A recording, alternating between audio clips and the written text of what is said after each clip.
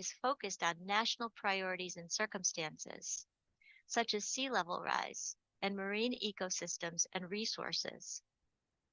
The SDG Data Hub will help to share data, track the Sustainable Development Goals, and engage stakeholders. The Data Hub also allows for monitoring of progress toward the SDGs by goal, target, and indicator. Tonga is working collaboratively with the SDG Data Alliance. Indonesia is utilizing the UN recommended approach to address the issue of sustainable palm oil production, as we heard earlier.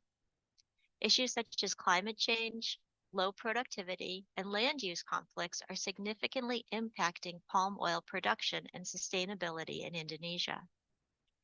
Using the UN-IGIF, Indonesia has been successful in strengthening coordination, policies, governance, and guidance. As you can see, each of these approaches vary based on their circumstances and priorities. I'd like to mention that the HLG, the high-level group, is developing a global survey of member states to better understand how the UN-IGIF is being used based on national circumstances, the approaches that are being used, and to better understand the needs of member states. Stay tuned for a request to fill out that survey and for the results that follow. Finally, we can all benefit from member states sharing our experiences utilizing the UN-IGIF with each other. For example, the challenges that we experience, what worked, what didn't work. We are resources for one another. During the advancement of the UN-IGIF, we're all generating many materials that we can share. For example, letters, social media posts, workshop and presentation materials, and country-level action plans. One of our goals as the high-level group is to capture the great work and materials being generated by our member states and to share those materials with others around the globe. Why is this so important? The UN-IGIF provides a path to a better future. The framework meets each country where they are and helps them to advance their geospatial strategies, their SDIs, and to adapt to change. As co-chair of the high-level group, I'm proud that we're embracing the framework to help propel us into the future and to meet regional, national, and global challenges that we're all faced with today. This will also help us serve to bridge the digital divide. Thank you again for the opportunity to be with you today at your regional committee meeting. I wish you the best for a productive week of discussions and conversations, and I look forward to hearing more as you progress the work of the UN-IGIF.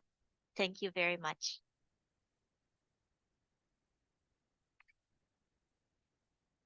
Yeah, thank you, Deirdre, for a beautiful speech. And now, ladies and gentlemen, we'll proceed to the next session. It's a session 2.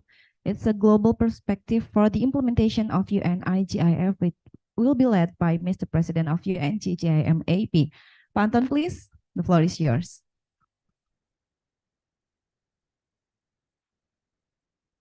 Okay.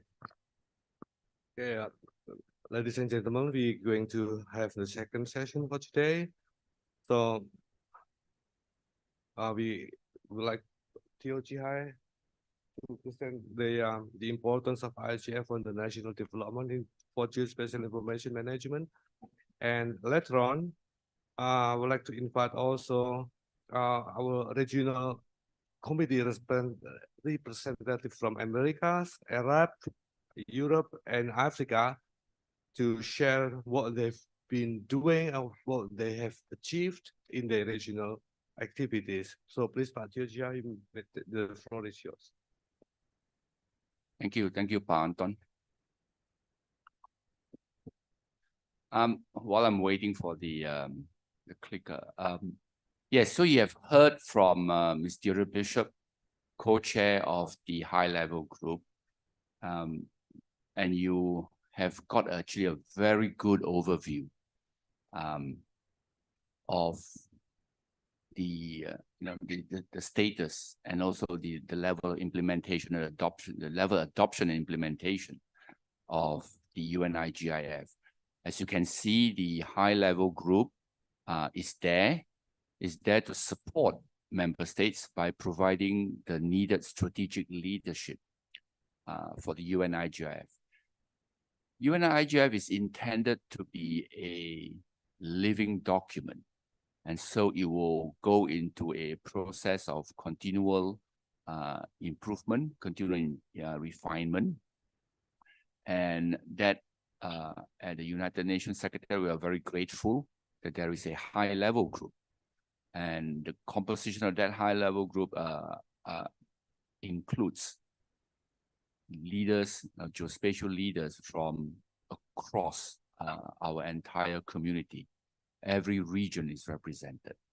And so that is actually a very important point. And you can see some of the work that they are doing in ensuring that countries do get the necessary support.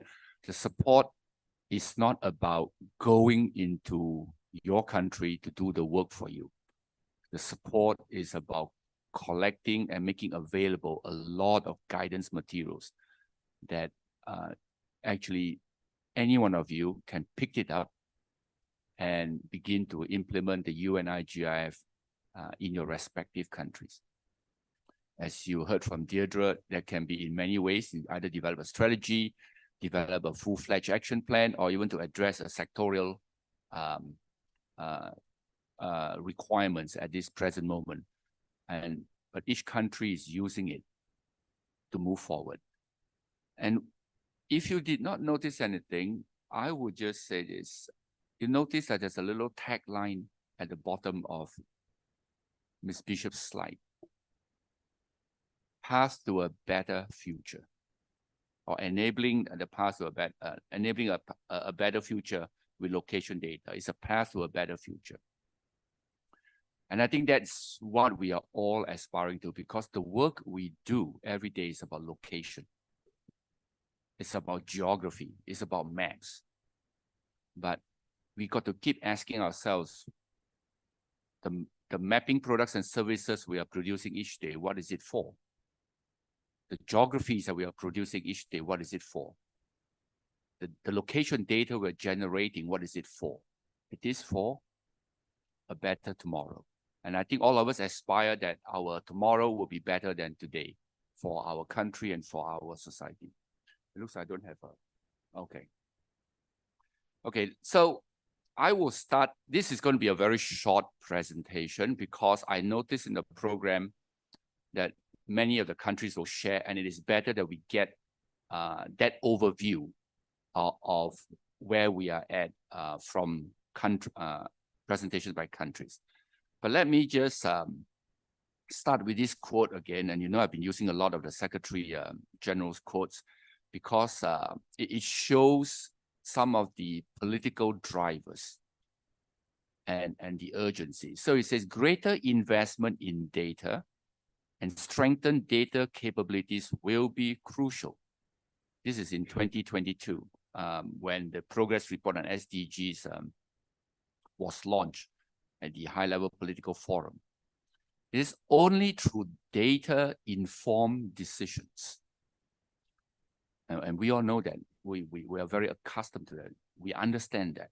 Only through data-informed decisions can we get ahead of crisis and trigger earlier, more effective responses that both attend to the present and build better for the future.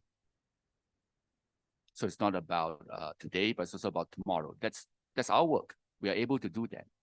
And many of you are doing that right now through your data capture, your data modeling, your data management. You're actually doing all these things. Only with better disaggregated data. And our colleague from the Census Bureau will explain to you what it means by disaggregated. It's about geography. It's about location. Okay.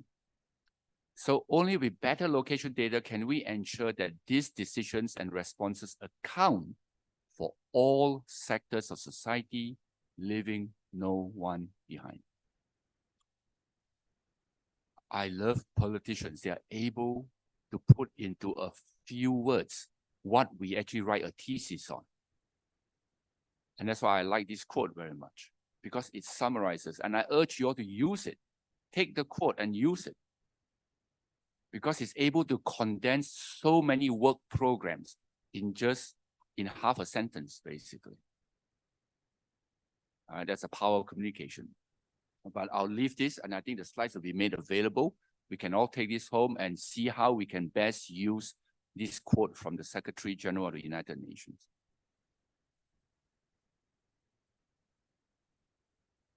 Why did I share that quote? And again, many of you have seen these slides before. Now, globally, we talk about the transformative nature of the 2030 agenda globally. Nationally, each of you will be talking about the transformative nature of your national development priorities. That's what it is at the national level. You talk about your own national development priorities and how it's going to transform your society, your economy, your environment for the better.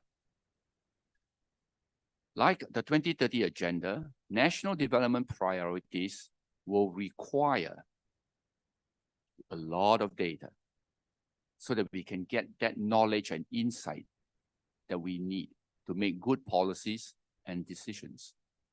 It includes all parts of the statistical system, not just statistics, but it's also administrative data, all parts that are collecting data. It needs, it requires data on a wide range of topics. And increasingly, we're hearing a lot of things, a lot of areas have been brought into it, including businesses, how business transaction data are beginning to come into play because we do need. It's no longer the traditional, oh, we have a population, so the percentage of 0 to 16 years is this, the percentage of 17 to 21 years is this. It's all beyond. Those are necessary, but we need more. And throughout some presentations, you have heard about, using very innovative methods to do what they call agriculture sensors, infrastructure sensors, using, satellite imageries, all those things. Basically, it's all about collecting and producing and making available and accessible data that can be used for good policy development and also decision making.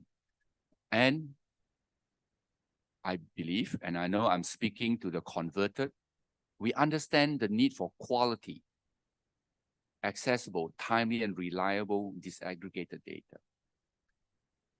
We also have been thinking about it in some ways. We talk about scale, and others talk about granularity, others talk about resolution. The concept is the same. At what level of geography do we need to bring down? If you don't mind, my colleagues from Fiji, let me just illustrate a point, and it's just to show why we need disaggregated data. Correct me if I'm wrong, my colleagues from Fiji.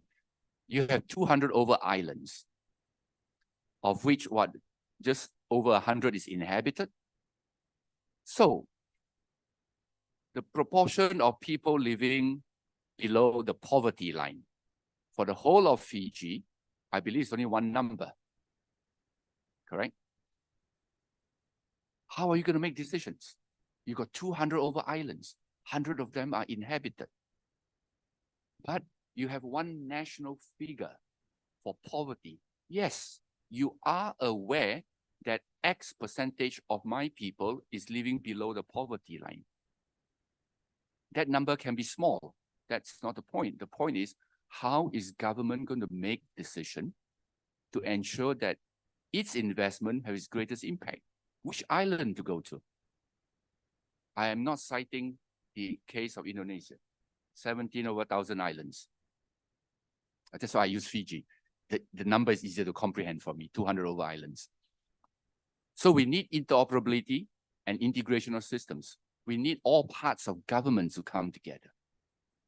We need to harness the potential of all data, not just maps. Maps underpins. We provide the geography. We provide the location. Now, if we do not do that, there is hardly any correlation.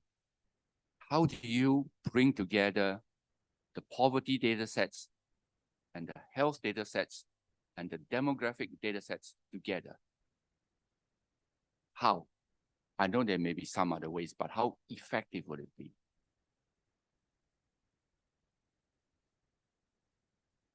So we play a very important role. We say location or geospatial information is the integrator. We support, we provide that glue all these data sets together. And so the work that we do is actually immensely important. And we need to be very thinking about that if we want our tomorrow to be better than today. So the UN-IGIF vision, the efficient use of geospatial information by all countries. This is a global vision. Take it, change it and make it a national vision by changing some words in there. It's the efficient use of geospatial information by all countries to effectively measure, monitor, achieve sustainable social, economic, and environmental development, leaving no one behind. The mission of the UN-IGIF is to promote and support innovation and provide the leadership, coordination, and standards necessary to deliver integrated geospatial information, not standalone, not in a silo, integrated. We are part of the whole that can be leveraged to find sustainable solutions for social, economic, and environmental development. You have often heard of the phrase, let me try to get it right. It's something to the thing that, you cannot manage if you cannot measure.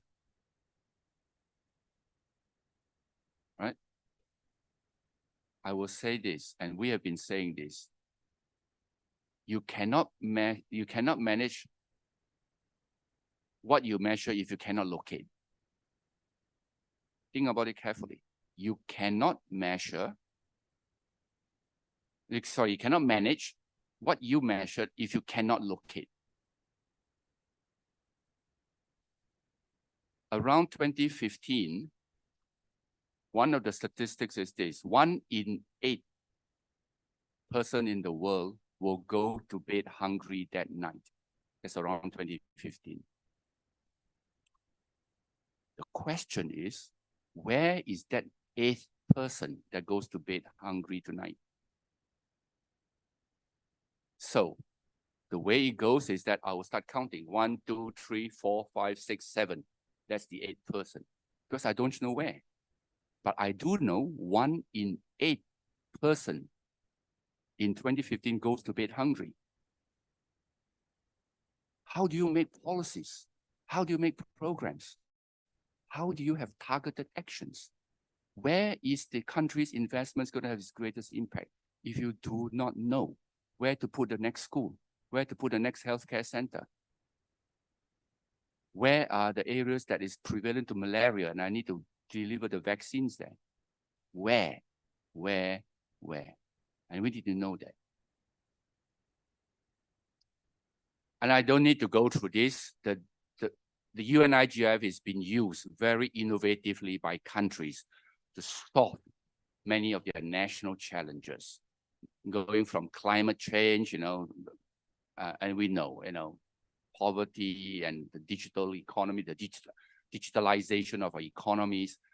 It's been used, and it is intended to be used. And as you heard from Deirdre's presentation, there are multiple users because it's intended to be used by countries in your own way, according to your national circumstances.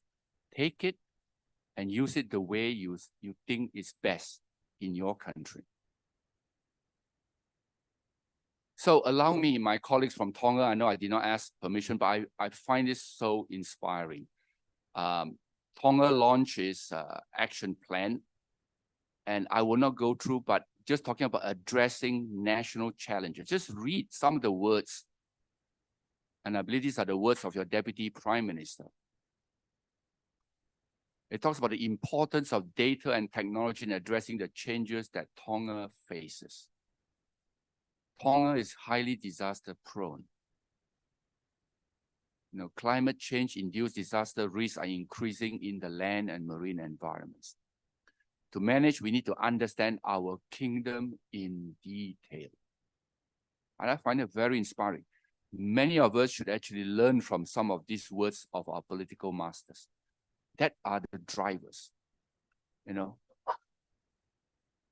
it talks about not just the government, the private sector can strengthen our economy. I have a breakfast discussion about how, if we make our data available and accessible, we could actually strengthen our economy. The implementation of this action plan will provide Tonga with a truly national collaborative approach to improving the management and use of its valuable digital asset. Strengthen government at all levels and strengthen industry. We have a lot to learn from many island nations. And I've just used my colleague from Fiji and Tonga as an example. Let me just show you one more example from a least developed country. Next slide, please. So you heard some references to the SDG Data Alliance. The SDG Data Alliance is partnering with the United Nations to help implement the UN-IGIF and also to deliver impacts at the country level in a number of countries, and they are primarily least developed or landlocked or island states. So in August 2008, they launched their platform. And basically, the platform is a collaborative approach between the mapping agencies, the statistical agencies, and also the Prime Minister's Department, handling the national development planning. And the driver is this. I don't profess to know the context of Burkina Faso totally, but what I do know, the UN has been supporting Burkina Faso since 2018 on their IGIF journey. Now, the word support is actually not very accurate because that's the official language. Rather, Burkina Faso has been teaching the UN how to implement the UN-IGIF when they agreed to be part of the pilot together with 5 other countries. Some of them are in this room here. All right, I will name them: Mongolia, Fiji, Nepal, Tonga, then Burkina Faso, and Ethiopia. So there were 2 least developed, 2 landlocked, and 2 island states. They helped the UN to understand, where and how UN-IGIF can make a difference. And it's a long journey. In 2023, they launched their what they call their Geospatial platform. And I say I do not profess to understand fully their context, but I do know that since 2018, there have been 3 military coups in that country. But one of the drivers now is because the leaders of the country understand they need to address inequality in their country. Then the question comes, where do I need to put the next school? Where do I need to put the next healthcare center? Where do I build the next roads? Where do I bring better irrigation? They have questions.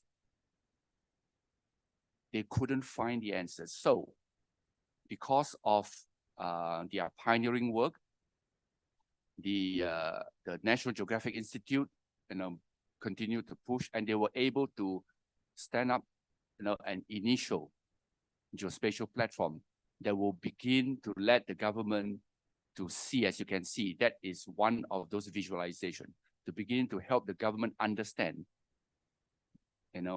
how to address their national challenges. And I think it is important, given the context of where the country is and the fact that they are still a least developed country. And this work has been assisted by the SDG Data Alliance, and it is an important. Now, the platform that they are developing allows them to bring data from multiple sources together into a platform. It is not the traditional SDI approach. It's a collaborative approach. It's a federated approach. Multiple agencies will share the data, and it is actually, right now we call the data hub technology. Basically, it's a hubbing approach. And we're using the hub to just draw things together, and the data is residing in all the primary agencies, the custodians and the creators. But the main thing is data is being shared and being used by governments. They are now beginning to see. And as they progress along, I can tell you one of the challenges, the new challenges came up in terms of data. I talk about at what level of geography. If you look at that map there on the lower left, they now say we need better resolution. We need better geography. That is good, but that is still not good enough now for what we need for our country. So as you can see, it's actually a very interesting a cycle. Now, as you make your data available, yes, you show some gaps and inadequacies, and then you are asked to do more to improve the geography, the scale, because they need to go down. In these cases, when you want to talk about where the next healthcare center is, it's the village level. Your data cannot be at the provincial level. Again, back to my colleague when I shared the Fiji example, a number for 200 islands is not acceptable.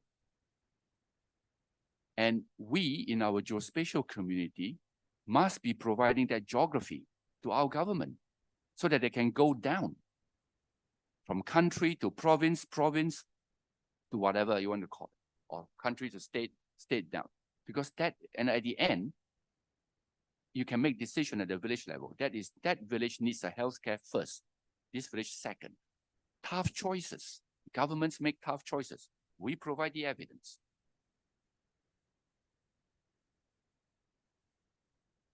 So I don't need to go through this again. The multiple users of UN-IGIF, we are fully aware, and I think it will come out in many of the presentations afterwards. And I think that's the last slide. Thank you. Thank you, Pak Teo. So the next session will be the story of its regional committees. So please just tell us not the success story, but also the unsuccess story, because we learn each other. So that's really important for us, because sometimes we always expose the beautiful things, but we had something that is not expected. But learning each other is about, because your success story can be, be success story in another region, but your unsuccess story can be success story in another region. Please, we would like to invite. Oh, okay. First, Rafaela Anilio, representing UN-GGIM Americas, and Ali Al-Mahari, representing UN-GGIM Arab States. And the next on pre-recorded video, we're going to have presentation of UN-GGIM Europe and UN-GGIM Africa.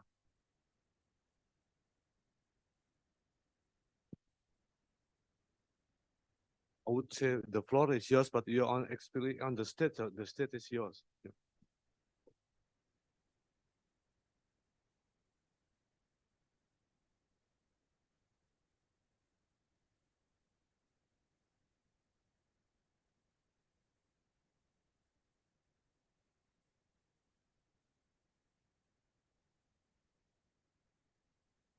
Oh, I think it's a problem with the coding of the presentation.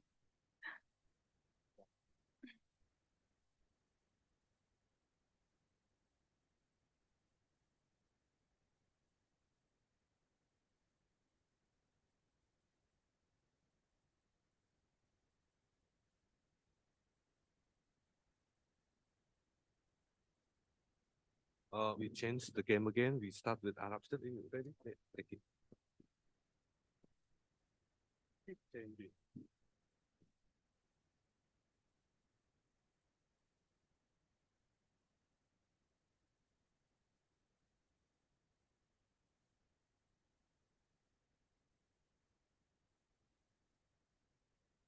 Before we continue from the Arab State, this is today workshop is actually one of our working group activity number 4. Working group on IGIF from Asia Pacific, led by Mr. Mishra, Sri Mishra. I will say you cannot say Mr. and Sri at the same time. So okay, Sri Mishra or Mr. Mishra, on the back from India, and co-chaired by Indonesia, PG. Is it PG? Okay.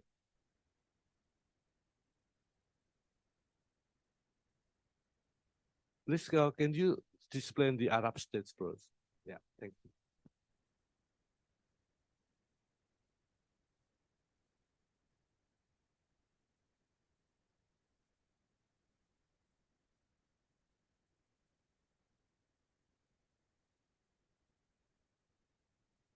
Yes, okay. Good morning, everybody. First of all, I would like to extend a warm welcome to all of you. And again, thank you for the kind invitation. On behalf of the UN-GGIM Arab State, I will present a quick brief about IGIF implementation in the UN-GGIM Arab State. Firstly, you can see here the main activities during the previous period, as well as some specific tasks in at the regional and global levels.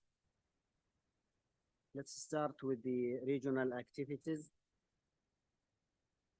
We organized a workshop for enhancing national geospatial agencies for Arab state to use the IGIF in Abu Dhabi during February 2023. We can see here the summary of the recommendations, which included the translation and staying informed about the UN-GGIM activities, and facilitate the exchange of the expertise between the members. On the other hand, the Kingdom of Morocco lead initiative to translate the IGIF to Arabic language. As well, 2 workshops was held over the past 2 years, and there are still workshops scheduled during the coming period. Here we highlighted the or some challenges that we are facing, and we believe it's a common for all of us, such as the limited of expert, technological constraint, funding, data sharing, and finally, the nature of political system.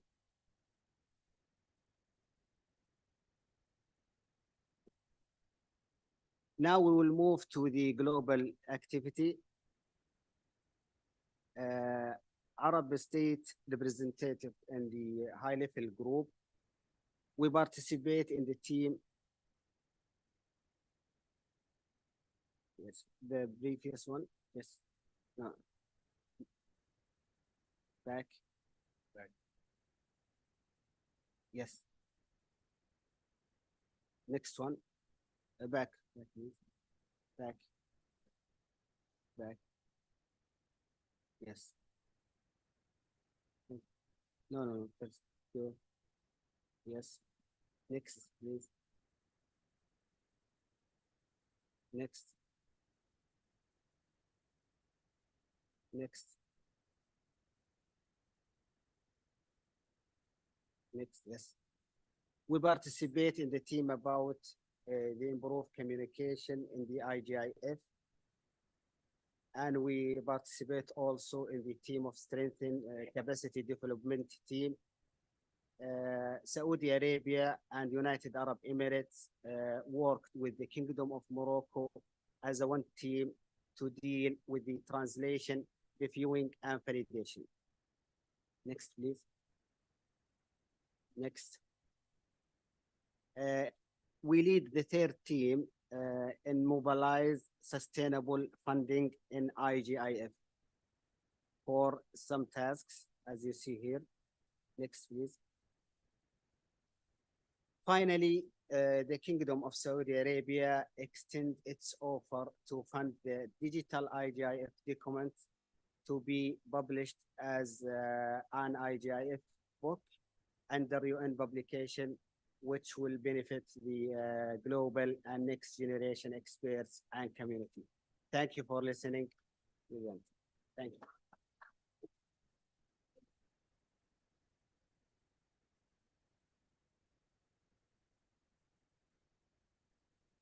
Now we go to the next presenter, Rafaela Anilio from UN-GGIM America.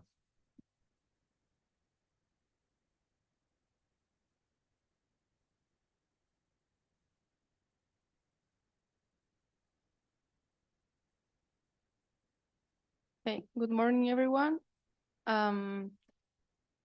Just until my presentation is ready. So my name is Rafaela Anilio. I'm here on behalf of Sofia Anilo, and she's the president of the UN-GGIM Americas.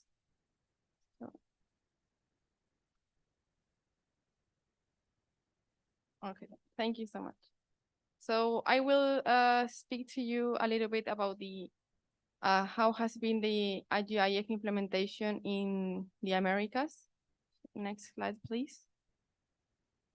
So just to tell you that, well, Chile has the presidency of this committee. And then this year we have Brazil for the vice presidency. And also we are having the support of UN-IGIF as the technical secretariat. So we were having trouble with the participation in the sub-regions. So one decision of this committee was to establish the vocals. So this is one focal point from each sub-region.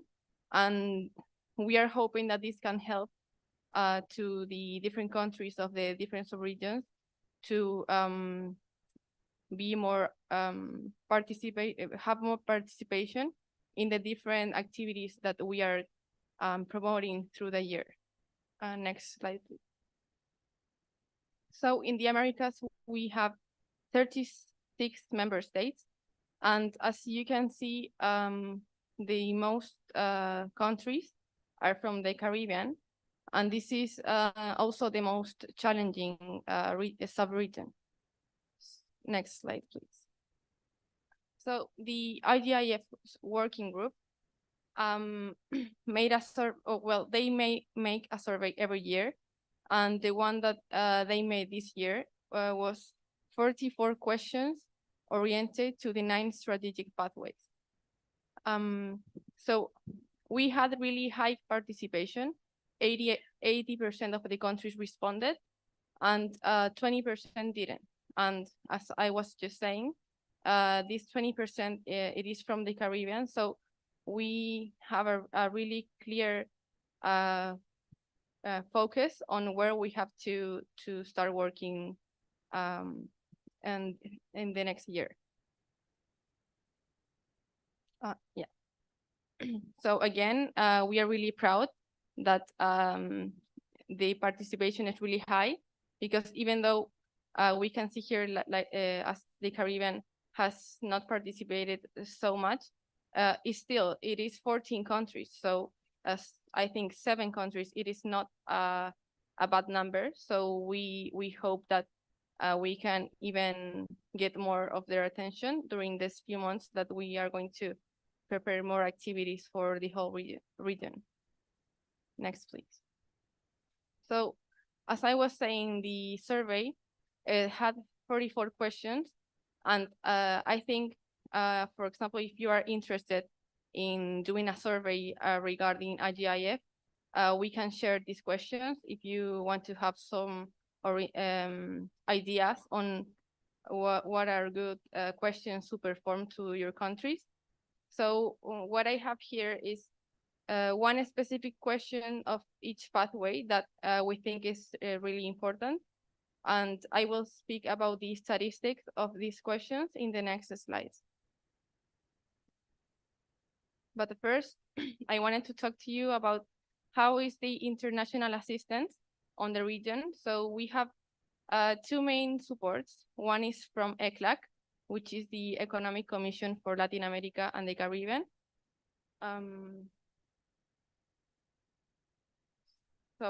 And then we have the SDG Data Alliance.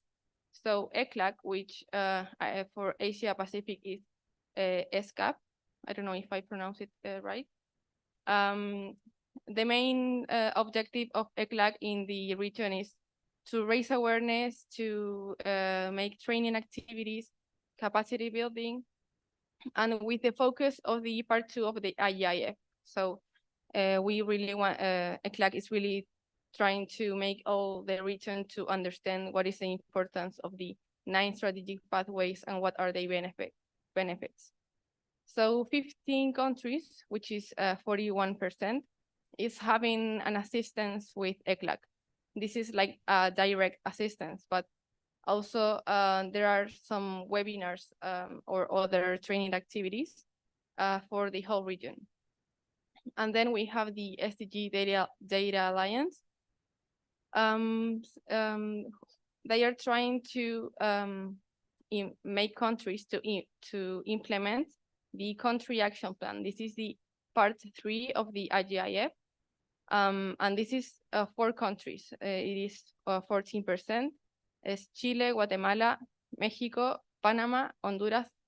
Sorry, Mexico is repeated there. But it is not so many countries, but this is like the last step for the IGIF implementation. So we are really proud also that these countries are starting to really implement the country action plan. And as you can see in the bottom, 56% has some kind of assistance to progress on the IGIF implementation. Next, please. So this is, as I was saying, so 48% are implementing and 51 are not. And only 5 countries are advancing in the country level action plan. And when we say that they are implementing, we are actually saying they are making some tasks to advance in the IGIF. So this may be capacity building, or some countries are incorporating the 9 strategic pathways into their geospatial information policies. So this is really a great progress. Also, they have made a strategic development of standards. Of course, the country action plan, which is the last step. And another really important thing that this is a task of ECLAC is the statistical and geospatial integration. Next, please. So even though I think it's back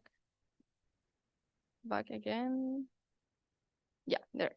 So even though we have been performing a lot of assistance and capacity building, when we ask what is the level of knowledge in the country, like the whole country, we still have a low knowledge.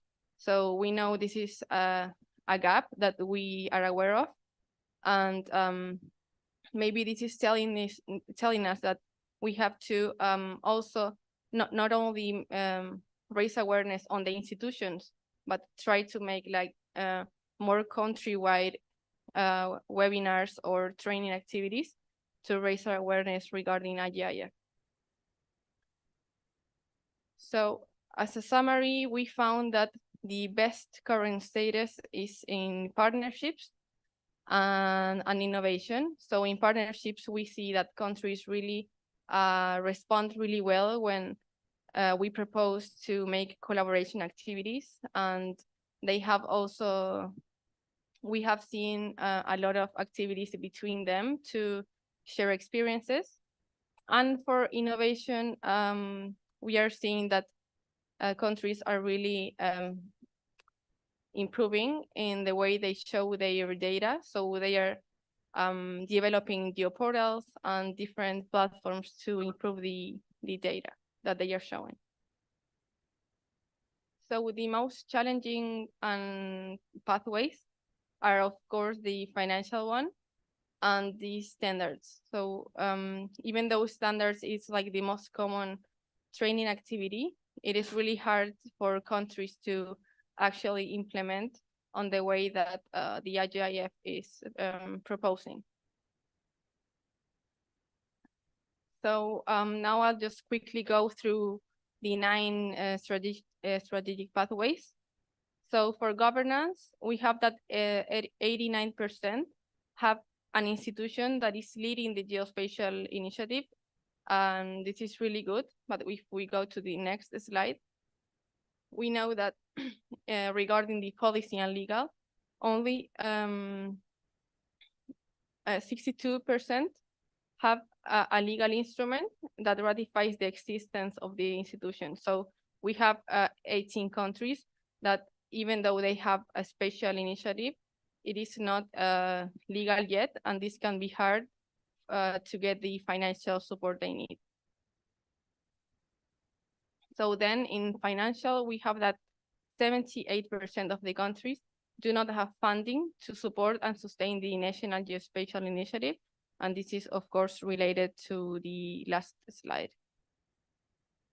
So in data, we are really proud that 89% of the countries have the fundamental data defined, but also 55% do not have a national data inventory. So this is fundamental to know the priorities on where we have to make the effort to get the best data possible to respond to the national priorities. Then for innovation, we know that 86% have geospatial platforms to disseminate data in maps. So as this is really good, we are hoping that we can promote more technological developments. So this is also a challenge. So regarding standards, 62% have a working group on norms and standards, and this is a really good number, but as we were seeing before, it is also a challenge because even though we are having working groups, it is really hard for countries to really make like challenges. This may be because sometimes the institutions work in a certain way for so long, and it is really hard to make people change the way they work. So this is also a challenge of the region. Then for partnerships, 82% have established partnerships and cooperation initiatives. So as I was saying, this is, I think, a really strength of the region. And then on capacity and education, as I was saying, 8 countries have a capacity development plan or strategy. So this is also a challenge. So we can really work on the strategic pathway progress. And lastly, we have the communication and engagement. 21% have identified their stakeholders. We know that this is a key to really know where is the people and the institutions that we want to work with and how are the arrangements with them. So this is really important. We still have work to do because 21 countries out of 36, we really have a gap there, but we are, it is important that we are aware of what we are missing, sorry. And all this information, you can see it in more detail. We have developed, as the regional committee, a regional dashboard where you can see all the statistics. And on the next slide, we have the Americas report. This is not only for IGIF, but also for the geospatial information management as a whole. And these conclusions are coming for the IGIF working group. So first, for the training one, countries are saying that they require like maybe longer training activities, maybe like a course, so they can really get to different capacities to the technical teams of the institutions. And then for financing, it is important to seek some type of financing with these different organizations that promote the IGIF.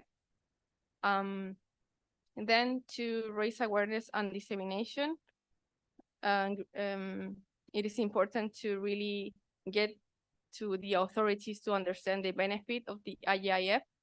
And then on the SDI communities, we see that at the end of the day, in the majority of the cases, it is the SDI work team that is going to be pushing the IGIF. Of course, this is not the case of every country, but in the majority, the SDI has a really important job doing this task. And then the importance of participation, we are trying to get innovative with new ways of increasing participation, especially in the Caribbean region.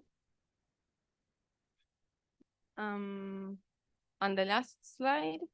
So for the next steps, we are going to publish a report because we know this is, a diagnosis report, because we know this is the first step to actually develop activities through the year that are going to help.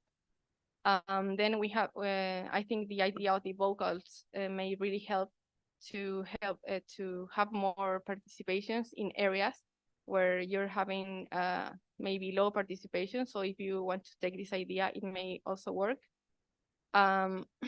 As I was saying, new strategies for dissemination, and with all the information that we got from this survey, to develop a regional action plan specific for the needs, to have a website that maybe it is able to bring the IGIF ideas more clearly.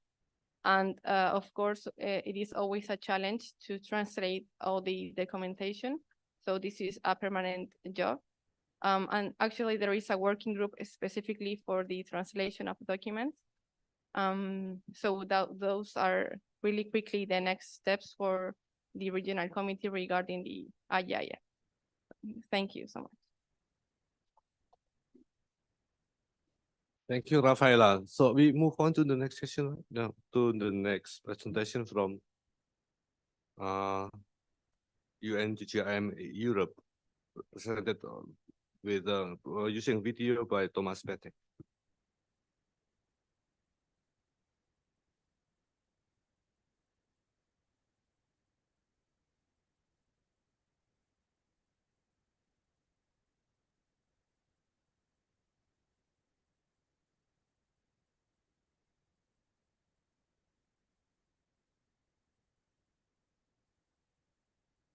My name is Tomasz Petek, head of Slovakian Mapping Authority of the Republic of Slovenia, and it's great pleasure and privilege to speak to you as a chair of UN-GGIM Europe, European Regional Committee of United Nations Group for Global Geospatial Information Management. Unfortunately, I'm not able to participate in person at your important event, but allow me that in this distance approach, share with you some activities and latest events where UN-GGIM Europe was actively involved. The European Regional Committee of United Nations expert on global geospatial information management was established 10 years ago in Chisinau, and today we count 56 member states from geographical Europe and 10 observers. As other regional committees, also European one, like to be a voice of geographical Europe in management of geospatial information. Cooperate with other regional committees on the global level. The aim of UN-GGIM Europe is to ensure the national mapping and cadastral authorities and national statistical institutes in the European United Nations member states cooperate together with European institutions and associated bodies. A few years ago, we accept a regional strategy and work plan, where is defined our mission and vision, and also activities which are divided in 5 line of works. Those line of works is related with the activities on the UN-GGIM at the global level. And for each of those line of works, we established a working group, which are actively work in issues related with integrated geospatial information framework, geodetic reference frame, data integration, sustainable development goals, and data strategy and policy. First line of work is dealing with sustainable development goals, where we would like to development functions as a subgroup, the working group of data integration following the defined terms of reference. The main aim of this line of work is to maintain the active contribution of UN-GGIM Europe on showcasing the added value of integrating geospatial data with other data to addresses SDG indicators. The integrated geospatial information framework provides a basis for guides for developing, integrating, strengthening, and maximizing geospatial information management and related information and resources in all countries, not only in development. IGIF is still being developed to ensure that it's fit for purpose and has the right focus on resourcing that ensure its implementation. Data strategy and policy line of work will function as a community of interest, where we would like to following the defined terms of reference. The main aim of this community of interest is to contribute to the development of relevant policy and data strategies regarding the management and use of geospatial data to maximize its value in addressing the challenges of a green, sustainable, and digital Europe on the one hand, and to understand the linkage of European policy within the integrated geospatial information framework. Contribute to the development of relevant policy and data strategies. Colleagues within this working group are work close also with the activities on global level within the UN-GGIM. But this is not only those 5 lines of work. Our regional committee is active and involved in many activities, as I mentioned, at global level. One of them was also a series of webinars on the future geospatial ecosystem, and where we are looking for answer on the question, what is the role of UN-GGIM in this process? I already mentioned that we organized a series of webinars and other events, which regional committee is playing the leading role or actively participate in the similar events around the globe, around the European region. More detailed information are found on this webpage of our regional body.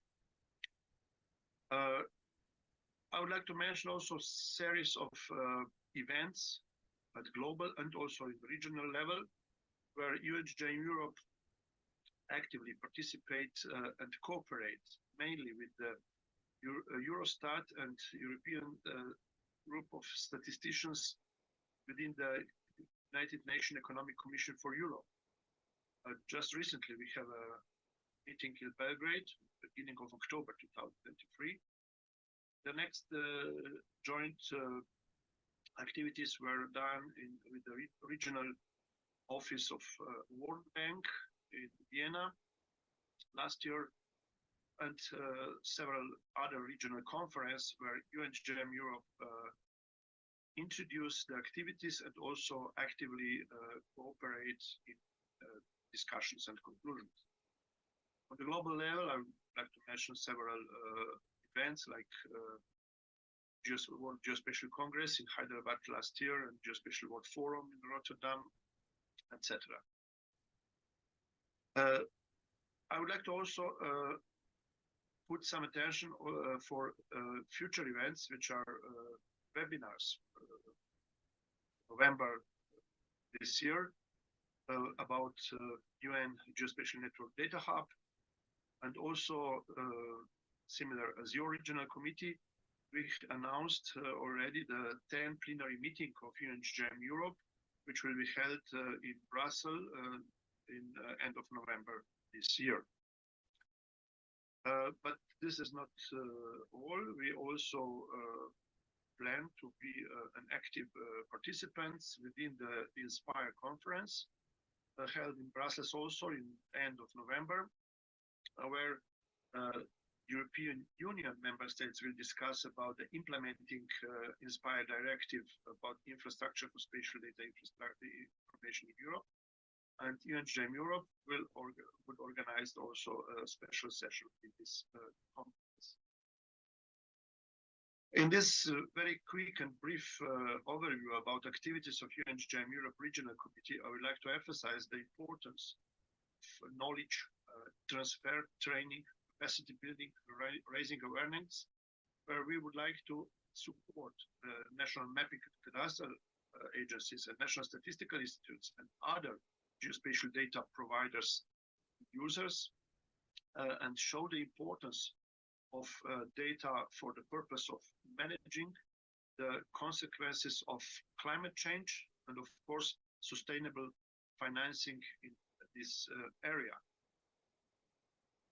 So thank you very much for listening me. For any further information, I would like to kindly invite you to visit our webpage or contact directly the Secretariat of UN-GGIM Europe for any additional questions and contacts. Thank you very much, and I wish you a successful meeting.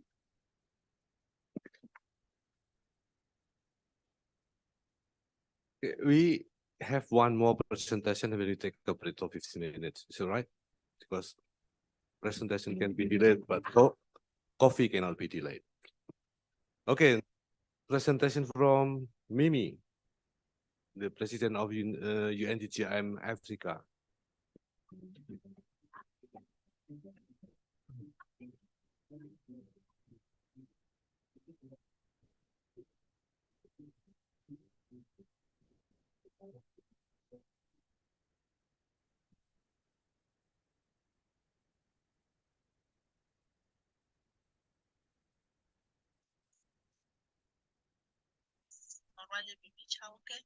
I work for the Department of Agriculture, Land Reform and Rural Development in South Africa, and I'm also the chair of the UN-GGIM Africa.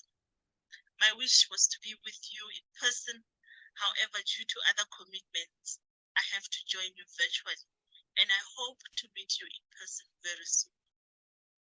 I will be delivering a report on behalf of the UN-GGIM Africa, focusing on IGF activities in the African continent.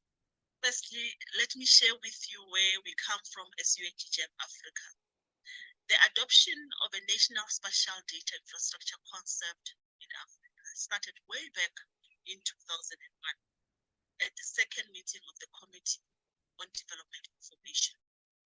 Since then, the forums supported the establishment of a national spatial data infrastructure in Africa evolved over the years to what we now know as the UN-GGIM Africa. In terms of the UN-GGIM Africa Executive Board, we have South Africa as the chair, Cameroon as the first vice chair, Morocco as the second vice chair, Ghana first rapporteur, Burkina Faso as the second rapporteur, and the UN Economic Commission for Africa providing us with secretariat and administrative support. As UN-GGIM Africa, we are focusing on a number of areas, which include the integrated geospatial information framework, fundamental geospatial data sets, the integration of geospatial data and statistics, working with other partners, the private sector, the academia. We are able to provide capacity building, member states, and one such capacity building is around the African Geodetic Reference Frame. We are also developing portals, working on developing standards and web data services. When it comes to IGIM activities, the African region, the implementation of the UN-IGIF in Africa is driven parallel to the implementation of the SDG Data Alliance project. This partnership has enabled a number of African countries to progress with speed in developing their country-level action plans. The first countries identified to implement the IGIF and the SDG data hubs are Burkina Faso, Cameroon, Ethiopia, Eswatini, Morocco, Mozambique, Rwanda, Senegal, South Africa, last but not least, Tunisia. In terms of progress, out of the 10 countries, these are the 8 countries that have progressed so well. Very proud to share that Burkina Faso and Ethiopia have finalized the development of their country-level action plans.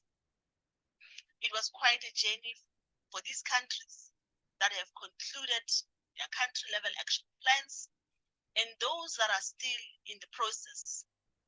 I will share progress made, challenges, and opportunities. The IGIF journey for each country is as follows.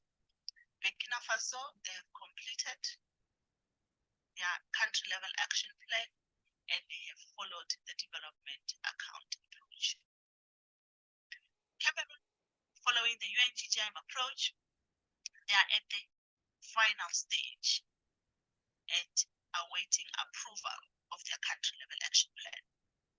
Ethiopia, following the development account approach, they have completed their country-level action plan.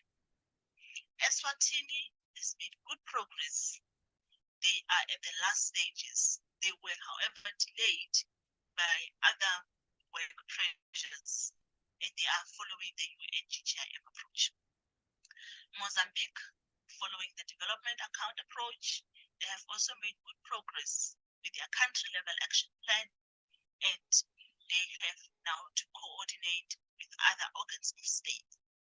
South Africa, following a hybrid approach, which is the mix of both the UN-GGIM approach and the development approach, they are progressing very well, and they are prioritizing the development of the South African Geospatial Information Management Strategy, which will inform their country-level action plan.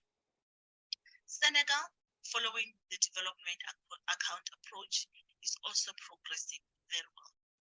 The development and implementation of IGIF in Africa had its own challenges. There are challenges generic to all regions, and there are challenges specific to a region or a country. Interministerial and departmental collaborations are identified as challenges because organizations are still struggling to collaborate with one another. Funding for IGIF related activities is also identified as a generic challenge, and this includes funding for IGIF workshops. In terms of challenges specific to a region, some countries are still struggling with internet connectivity. Interpretation services are costly, and it is difficult to convene knowledge sharing workshops without these interpretation services. In closing, let me share with you that as the African region, we have concluded on an expert consultation meeting to enhance the national geospatial information management arrangements and accelerate the achievement of the SDGs. And the session was held in Addis Ababa, Ethiopia, from the 23rd to the 28th of October 2023. We are also looking forward to the high-level group meeting on IGIF in Mexico to be held next year, January. The countries that will be representing the African region at the high-level group IGIF meeting are Cameroon, Rwanda, Mozambique, Burkina Faso, and South Africa. We also note that Cote d'Ivoire and Morocco, now sitting on the UN-GGIM Executive Board, will also be attending the meeting. We are also arranging a workshop parallel to the FIG Working Week meeting in Accra, Ghana, next year. On that note, I want to thank you, merci, and obrigado.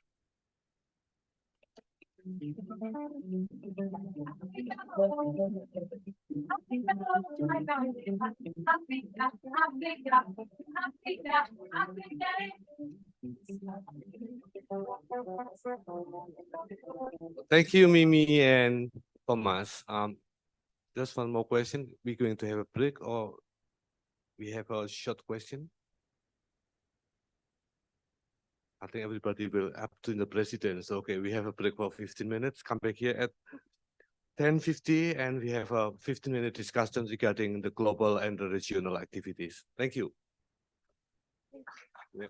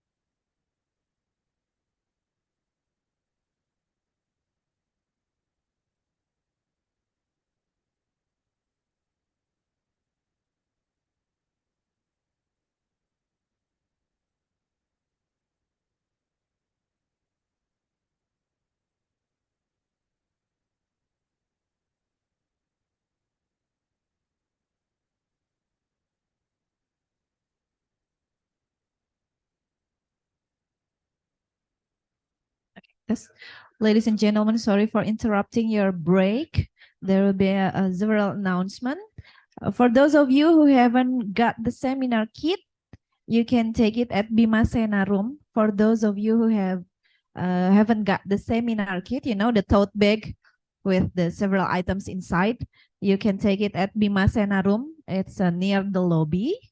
And then for the technical visit after lunch, we will be gathered at meeting point at Sunset Lounge.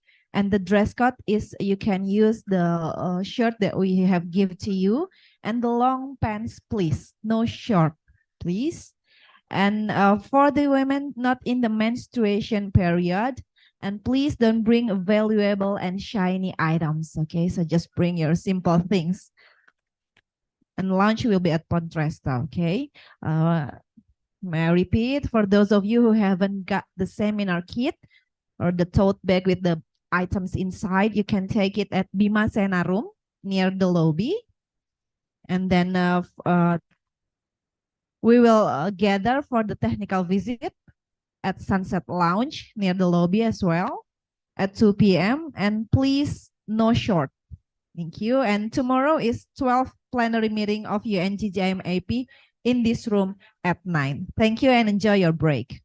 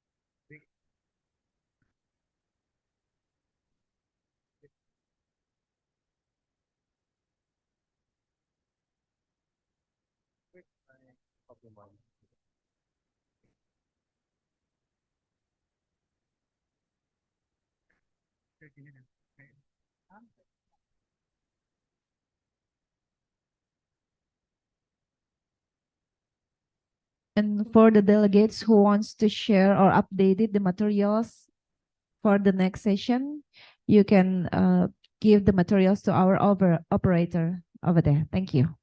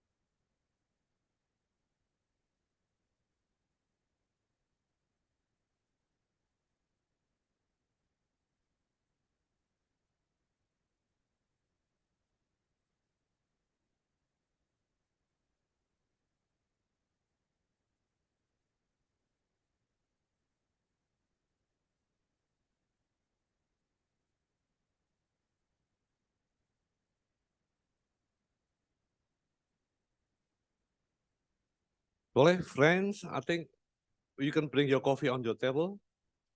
Don't spill it, otherwise you could your laptop will be wet.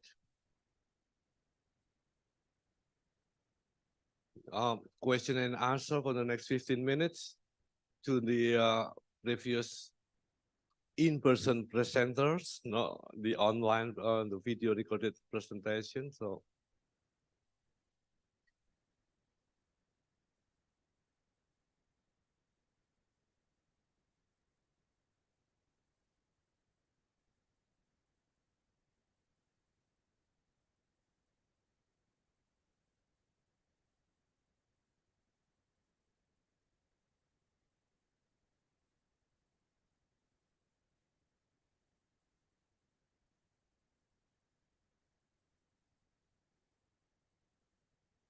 Okay, we continue the session 2. I would like to invite the floor for, is there any question to the previous presenters? You can raise your hand.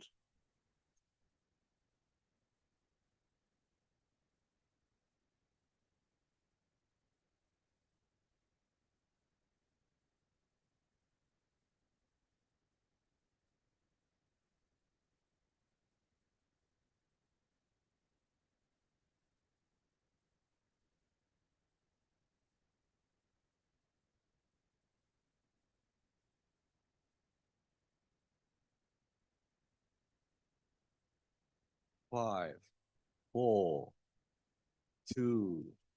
Where is number 3? Anybody?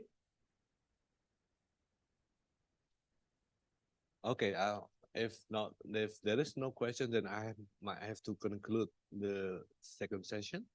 So, all the regional committees are facing the same problem, right? Diversity, contribution for a member state, and so on. So I think the reason why we had this interregional committee yesterday is to align our regional activities with other regional committees. So we had good presentation from America, Africa, Arab states, and Europe. So today we're going to explore what we've done in Asia Pacific. And this discussion and this session number 3 will be chaired by the chair of Working Group 4 on Integrated Geospatial Information Framework. Let's welcome Mr. Mishra to come forward and to take my place here because I have to prepare for the tomorrow plenary meeting with the secretariat. Please, the floor, the stage is yours. Thank you.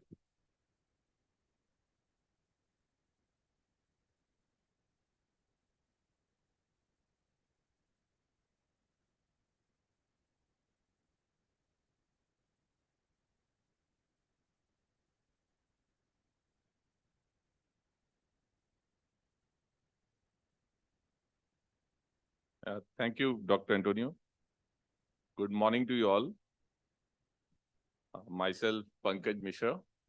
I am Deputy Surveyor General at Survey of India at India.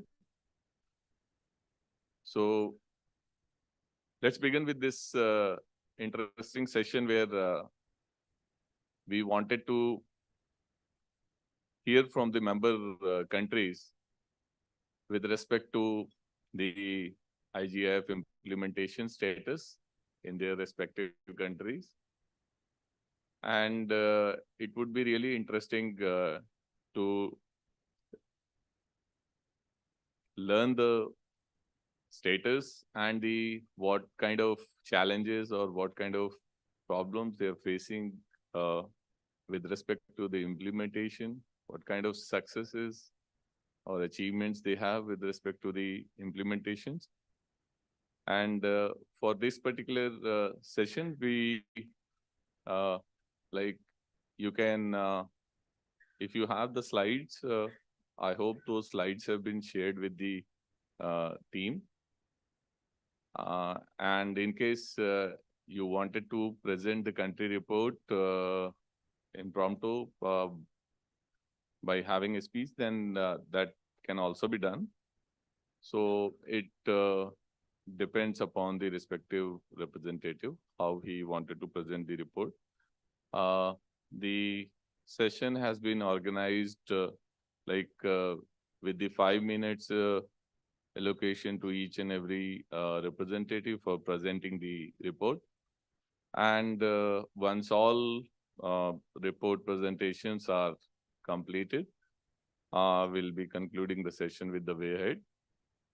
So just for giving the context, we have a working group in the regional committee for Asia and Pacific on IGIF. And this is a recently constituted group. And we have been basically aiming to foster and strengthen the IGIF implementation initiative across the Asia and Pacific through this group by addressing various issues or challenges which we have. And so this workshop was also aimed for identifying and understanding what global approaches are there, what successful implementations are there. So we heard very interesting global perspective from the various regional committees. So I think we are very well placed now to hear from the member countries. So I'll invite one by one the member countries to present the report. And as the first member state, I invite the representative of Indonesia to present the country report.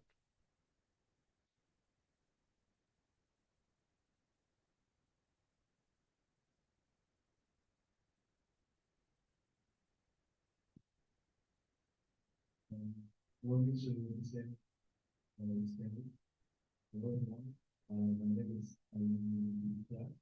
I'm from VIP.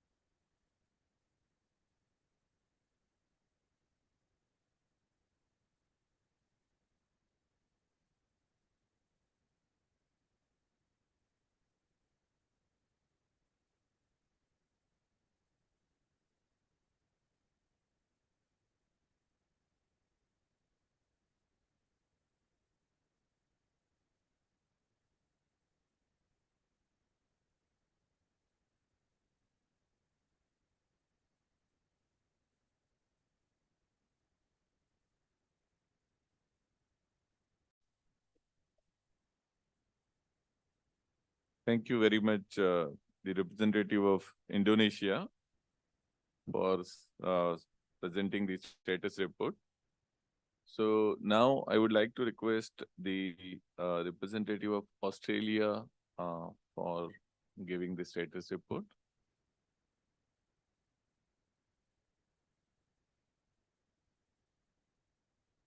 Can please. Yeah.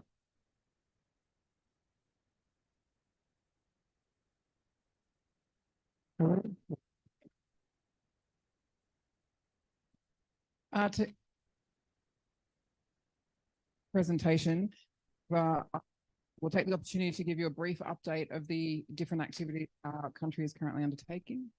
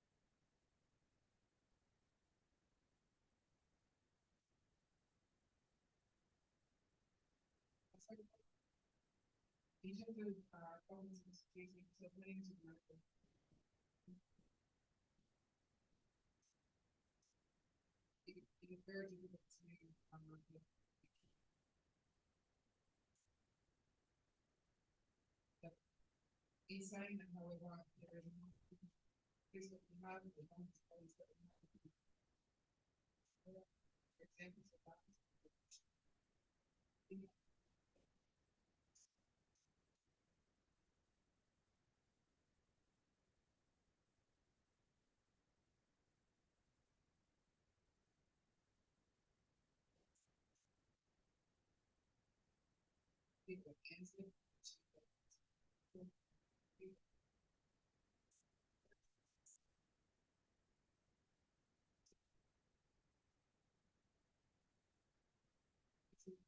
This is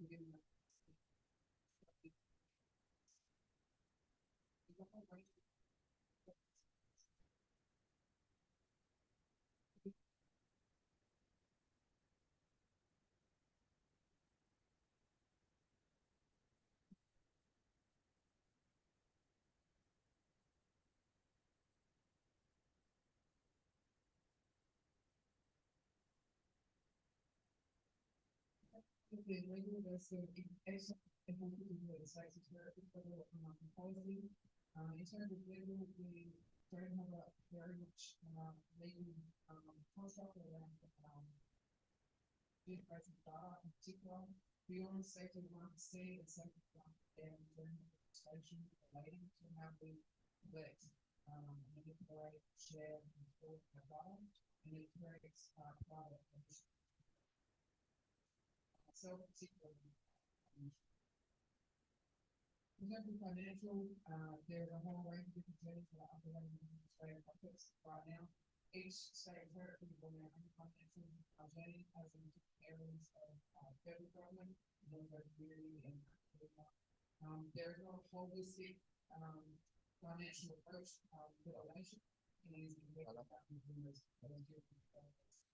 there's been some incredible wins over the last couple of years. So, for example, business in Victoria, we've been able to set Digital Australia is in the order of magnitude. New South Wales did on the 2%,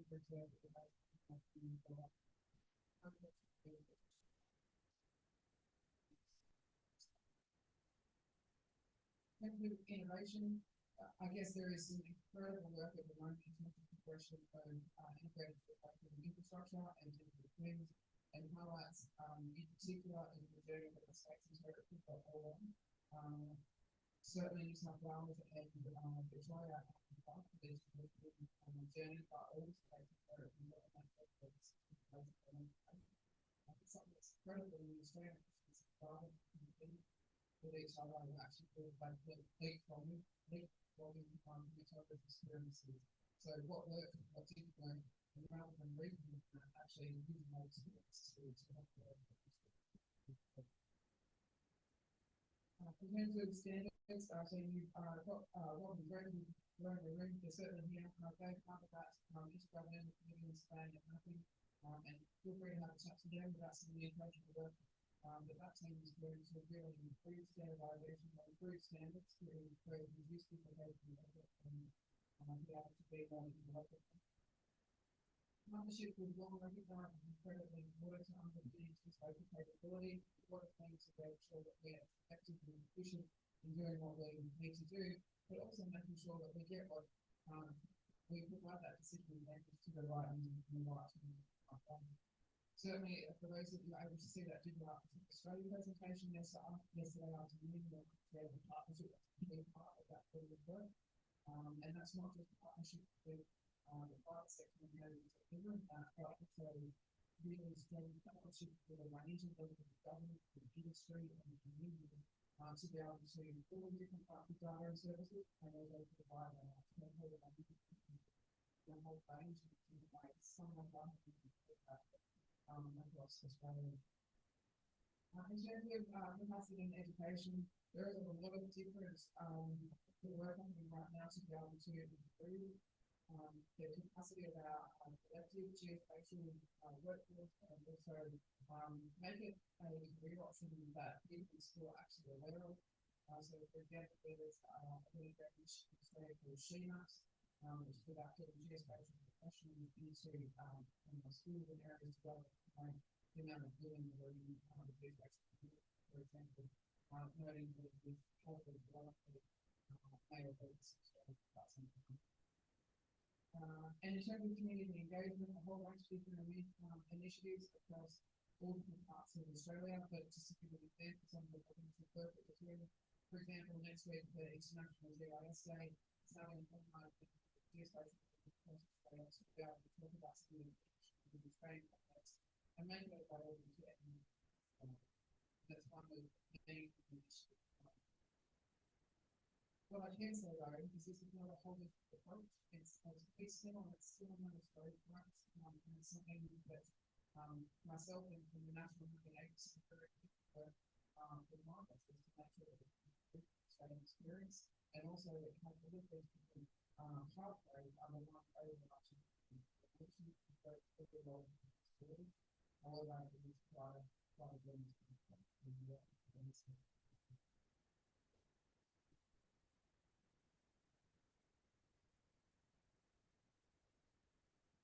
Thank you, representative of Australia. And now I would like to invite the representative of China for presenting the status report.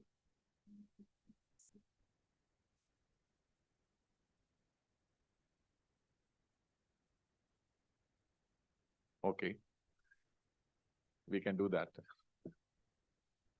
So I hope the next representative is ready. So I would like to invite representative of Fiji for the status report.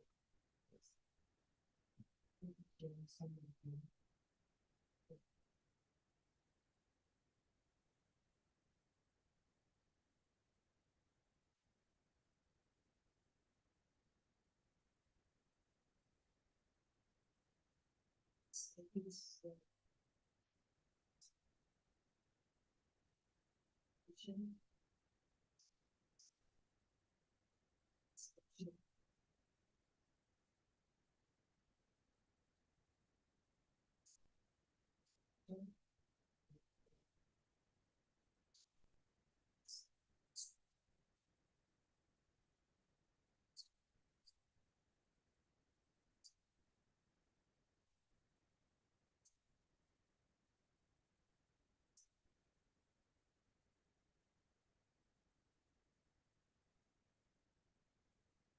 this is a slide looking at Singapore in terms of how it was set up.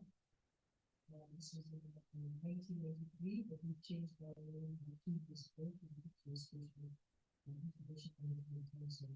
So each we all have a role to play there in terms of how we coordinate geospatial activities, and the council actually oversees all the activities.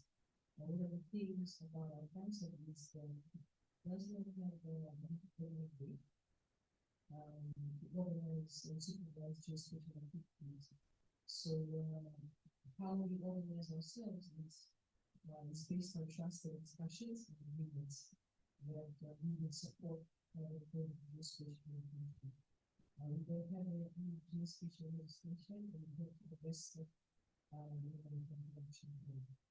but for PG's case, all our activities is done by various agencies that are local custodians, and what we have done through the council approval, we have adopted a 14 fees that was agreed to at the UN-GGIM. So we have adopted the 14 fees, and the fees are looking on identifying which agencies are responsible for collecting which concepts, the method of collecting that, and what standards that we are using to collect these concepts. Next slide, please. So in 2018, we have developed the geospatial information management strategy, which has expired. It's a previous strategy, and it has 5 goals. Addressing different challenges within PG.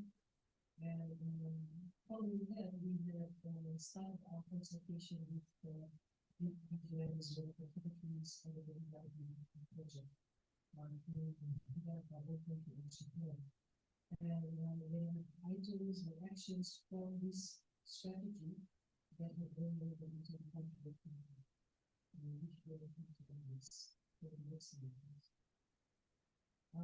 Part of the initiatives under the IGIF is the development of our SDG the PG. So it has been developed, but needs to be populated. We are having some challenges with this because the data that we have collected is a country data. We are discussing with our advisors on this, so we are looking to have more information, especially with district level. And that is a challenge for us on getting district level information so that we can. So that is the status right now for our SDG. It's ready to be rolled out. It's just that we need to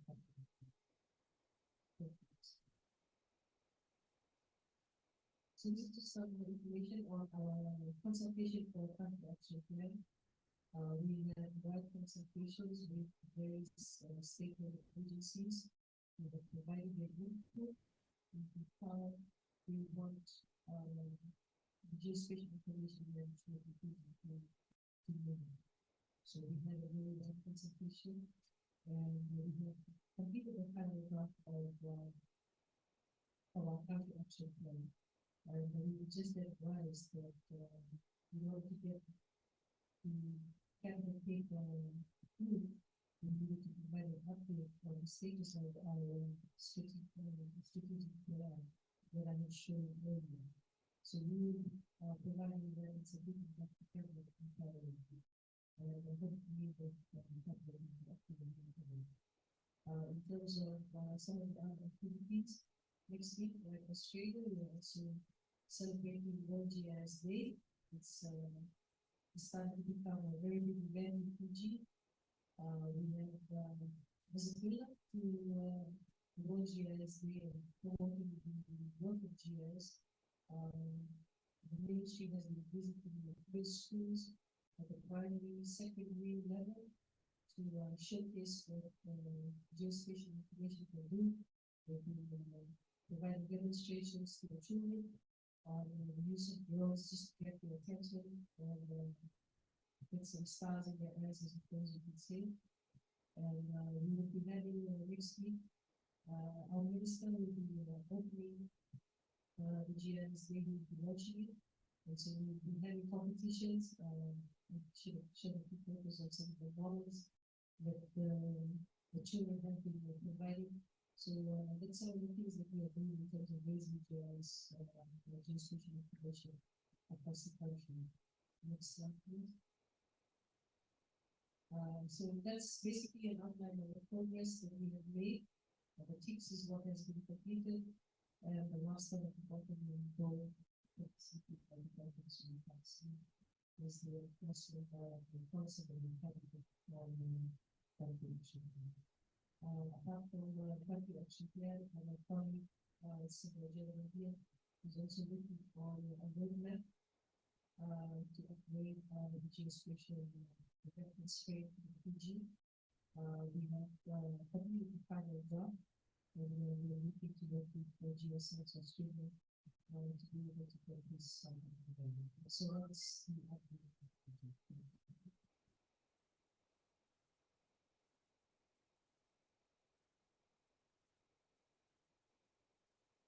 Thank you for giving the update, representative of Fiji.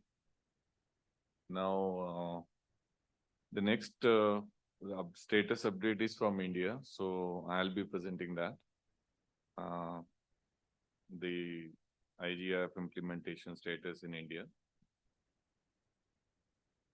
So in India, like India is a member country to UN-GGIM and UN-GGIM Asia Pacific. At the government level, we have decided to implement the IGIF as its future National Geospatial Information Management Framework. And this has been decided that this framework will be used to develop the national geospatial ecosystem. Now, as we all know, that the IGIF is primarily based on three pillars of governance, technology, and people. So as part of our approach towards IGIF implementation, there has been focus on the governance with a lot of like action on part of the development of a new geospatial policy in 2022 in increasing the basically stakeholder engagement for realizing the governance objectives. Then with respect to technology, there has been a focus on the innovation and developing the apt solutions for solving the challenges or the problems which we have with respect to the geoinformation management. And the most important part is the partnership where we had realized that there were gaps, and we had been working very extensively with the workshops and different other activities to increase that engagement at a very at different levels. So as part of the IGIF implementation, we felt the need to set up some dedicated like process so that we can get the relevant inputs. So with the involvement of Indian universities and institutes, who were involved in the UN-GGIM academic network activities also. So and involving different like government organizations, mapping organization, we are trying to do a study where we are trying to address all the major points which require this transformational change for implementation of the IGIF. So it's like the broad objectives of this particular initiative is to how to integrate IGIF into the national geospatial ecosystem, how to develop those strategies which are basically as per the needs of the country, and the pathways to transform these from the existing status to the future status.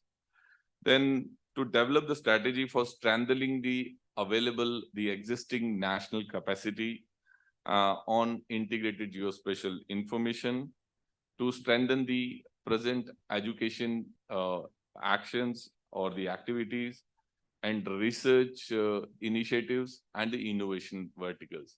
So these three larger objectives are the basically aim or the target points for this particular study. And it dedicated like a project management unit has been established to work in collaboration with all the stakeholders. And these center or this PMU is supposed to facilitate whatever due coordination is required among all organizations, industry, academia, or the institutes. So in sync with the national development agenda and the global technology development. So this is a very ambitious and very challenging task to align our priorities with the national priorities and with the global technology development. So now to start with, like there have been some targets have also been given so that the activities which are taken up are in alignment with the ultimate objective of achieving the sustainable development goals.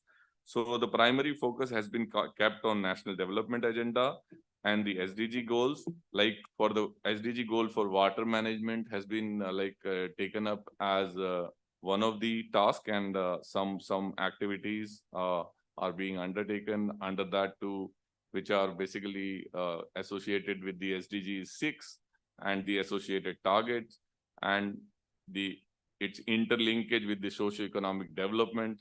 So this is the objective to achieve as part of this activity. Then there are certain initiatives towards the urbanization and climate change impacts, which are directly addressing the SDGs 11, 15, 13, and their associated targets. In this direction, the areas, the geographical areas, and the project areas have been identified, and the work has been started. Then there is another important area of the disaster risk assessment of disaster risk. Basically, in this particular SDG target, also one of the objective has been given to the PMU. So as the first starting point, like the baseline assessment has already been started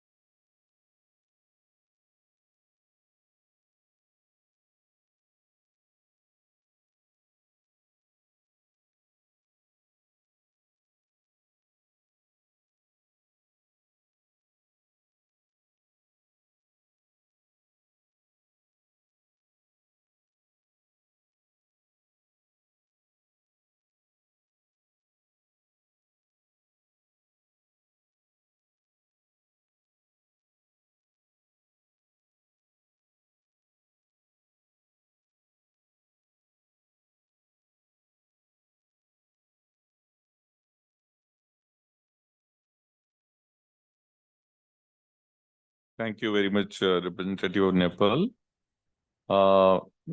Before inviting the next representative, I'd like to request to be confined to 5 minutes time duration. Maybe we'll be short of time. So now I invite the representative of Philippines.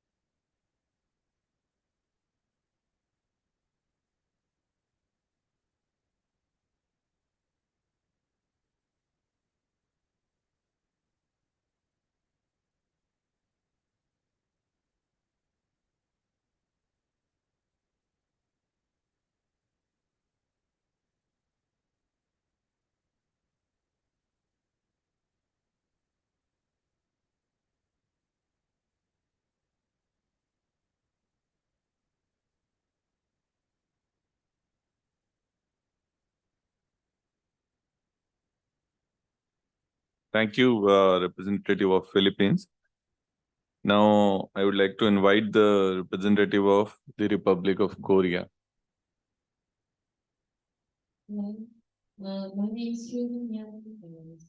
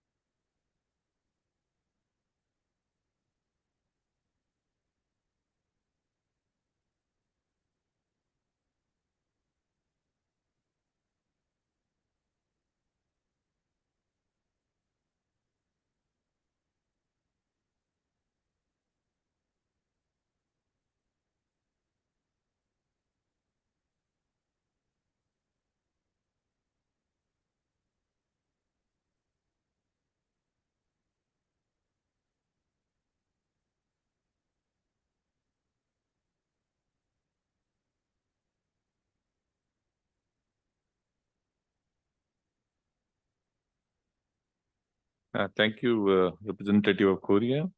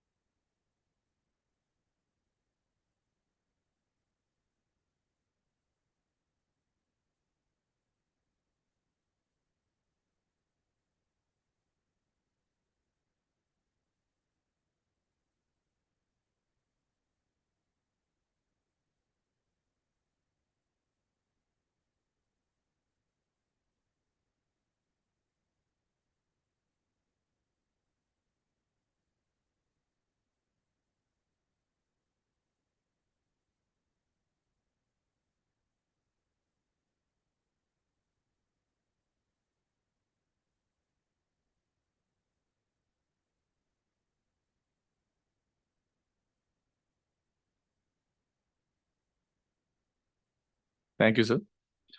Now I would like to invite the representative from Russian Federation.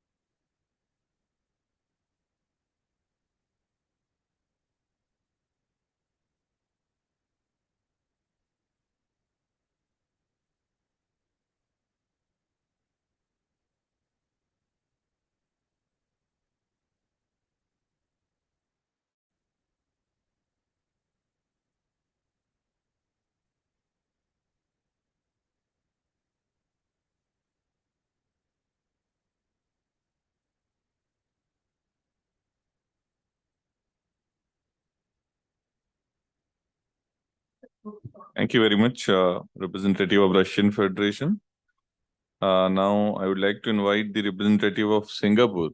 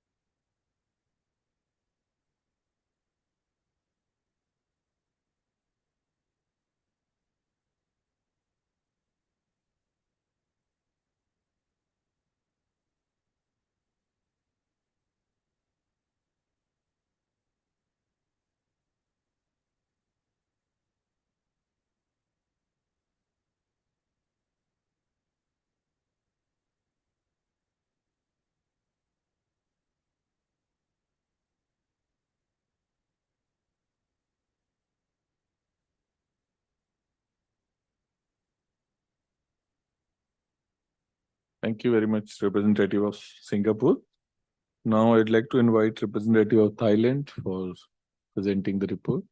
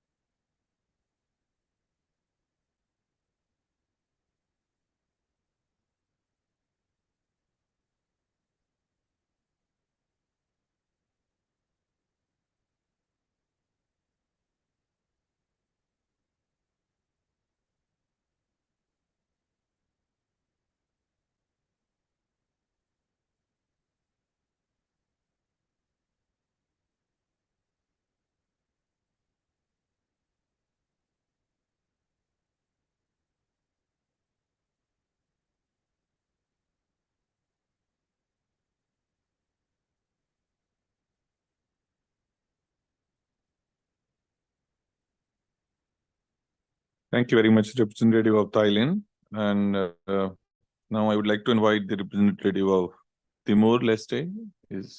Are they there?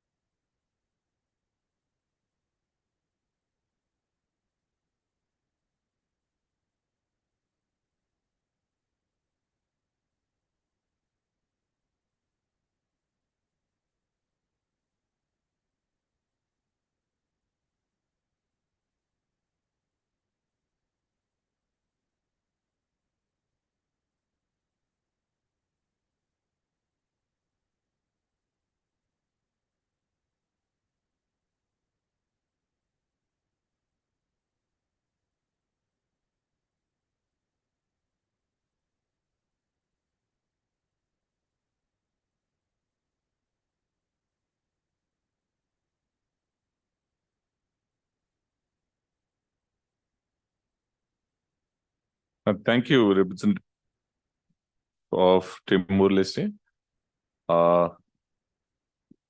Before inviting the next member representative, I would like to request to basically restrict your presentation to the 5 minutes. We have already, it seems, exceeded time. And with this, I would like to invite representative of Tonga.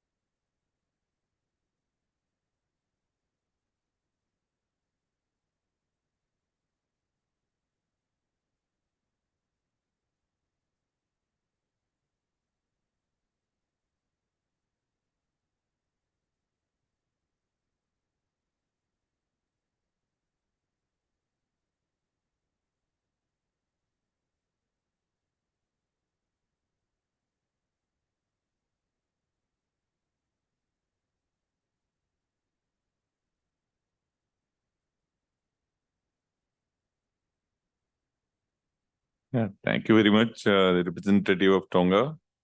Now, I would like to invite the representative of Uzbekistan for presenting the report.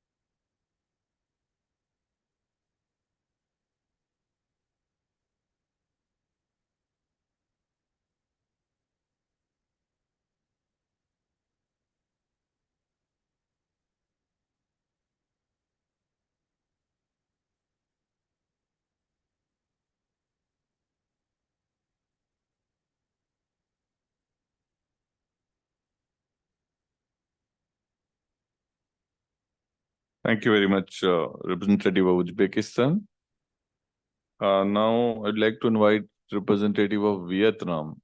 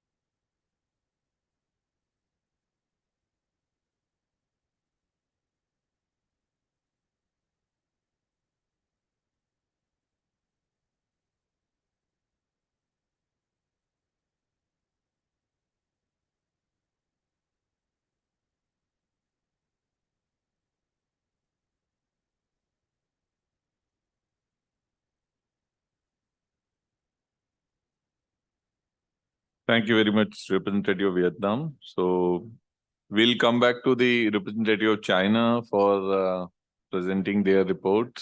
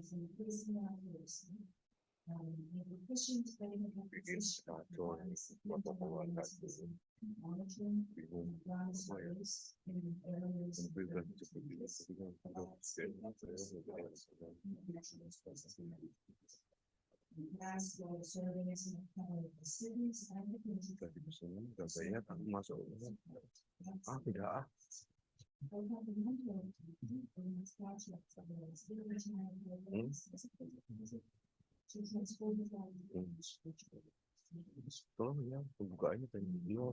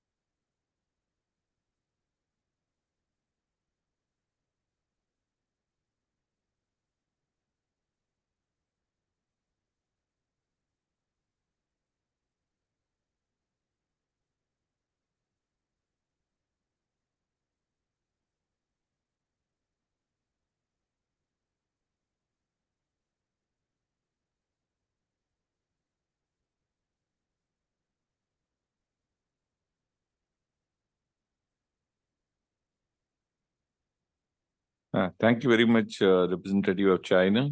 And with this, we have completed all our country reports, which were scheduled in this session 3 for sharing the experiences from the member countries of Asia and Pacific with regard to the IGIF implementation in their respective countries.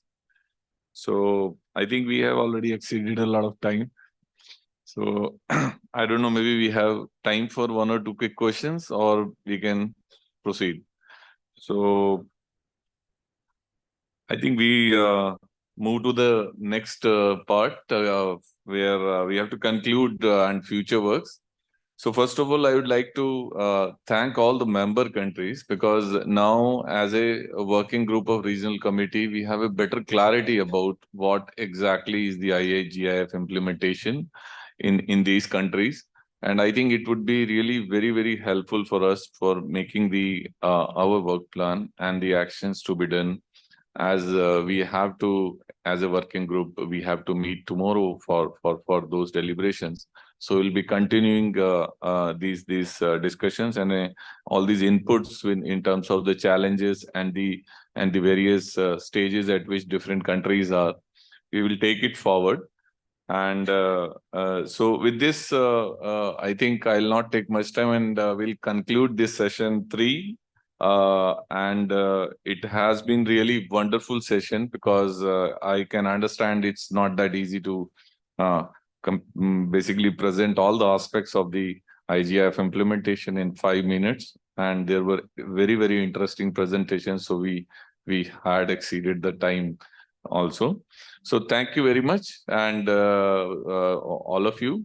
Now with this, I would like to conclude this session and hand over the floor to the organizer. Thank you. Thank you, Pak Mishra. Once again, let's give applause. Pak means Mr. in Bahasa, so I called him Pak Mishra. Okay, Pak Joshua, hi. Okay, ladies and gentlemen, thank you very much once again for your continued support and participation. I know we'll have a lunch after this, and don't forget that we'll have a cultural visit start from 2:30. Okay, 2:30. So we don't have to have a quick lunch. Before the interactive session for IGIF will be on Friday. Okay, the interactive session for IGIF will be on Friday. And before we're heading to the Pond restaurant, we'll have a group photo first. And for those of you